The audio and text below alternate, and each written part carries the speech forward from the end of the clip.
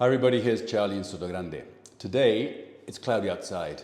We always say the 300 days of sunshine where we live, but today is one of the 65. So, can't be outside, might be raining, I'm inside.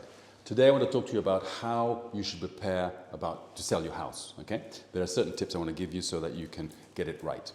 The first tip is find your perfect agent, okay? There's certain things that I think you should look for.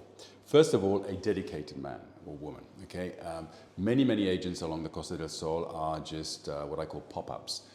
Find a reputable agent that knows the area in which they work, okay? Many agents just go onto a thing called resales and just upload thousands of properties onto a website and have no idea what they're selling. So find someone that's local to the area that you're interested in buying. You need an agent that is responsive. Okay, there's nothing worse than having your house listed and not knowing what's going on. So you need to have communication with that agent. You need that person to be knowledgeable. Okay, so know the area, know the streets, understand the sunshine, how it goes, where is south, where is north. All those things are very important. Wind as well.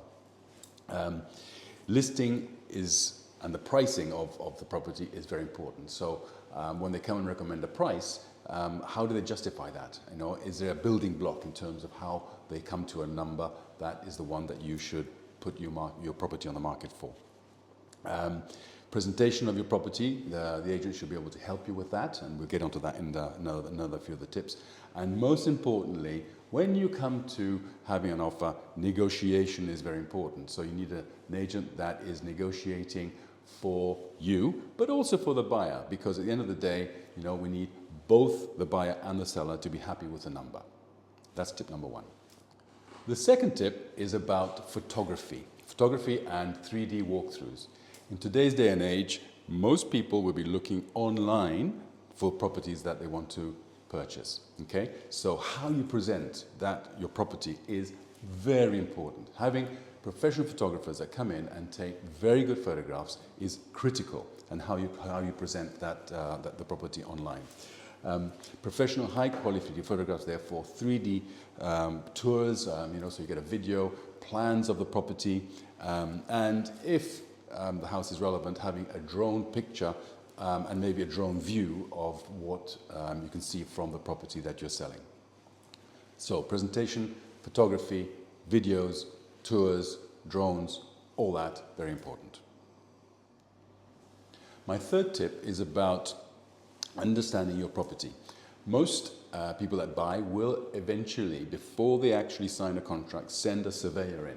So they will discover things that maybe aren't perfect with your property. If you know in advance what those may be, you can either have had them corrected or understand that that may be something that comes up. So doing your own personal survey of your house to ensure that the heating is working, that all the windows close and open very well, that you don't have any subsidence in the house. All these things are very important. Humidity, understand if you have that. That's something that's very important. And you can either correct them or maybe factor it into the pricing, because that will be discovered. And there's nothing worse than having a lovely negotiation fall apart at the last minute because of some issue to do with a survey. My fourth tip is about what they call curb appeal. Okay, so when you arrive to the property, make sure that everything looks super. As I say, a clean car sells better than a dirty car. So ensure that the garden is kept tidy, the grass is cut, the flower beds are nice and neat. Okay, having all that in advance of going into the property will make people think, oh, it's nice outside, it must be nice inside. Fix fences that may be not right, power wash the drive, that sort of thing. So make sure that the house has what I call curb appeal. When you come out of the car or whatever you're traveling in and you see the property, that it says wow to the buyer. My fifth tip is about decluttering. Okay, you've lived there for many years, it's a holiday home maybe, so you've got certain things there that you use when you come on holiday, but try and take all of that away. Okay, people get distracted by family photographs, get distracted by clutter. If you can try and declutter your house as much as you can, maybe empty out some of the wardrobe so you have some clothes but not full. Make sure that the kitchen is nice and tidy. You don't have, you know, utensils everywhere. They're all put away and the house looks as neat as possible. Decluttering it is very important because people just get distracted if not. All right? You want to look at the bricks and mortar of the property, not of, you know, the photographs of your family. And my last tip is to make sure that the house is always ready to be seen. Okay, so show ready. You know, many times I have last minute viewings and I call or I have the key maybe, but go in, make sure the house is tidy all the time, that the windows are clean, you know, that if you have a pet that maybe dog smells are not there. If someone has been cooking, you know, make sure that you can quickly extract smells out because many times you do get last minute showings. So show ready is very important to have your property like that.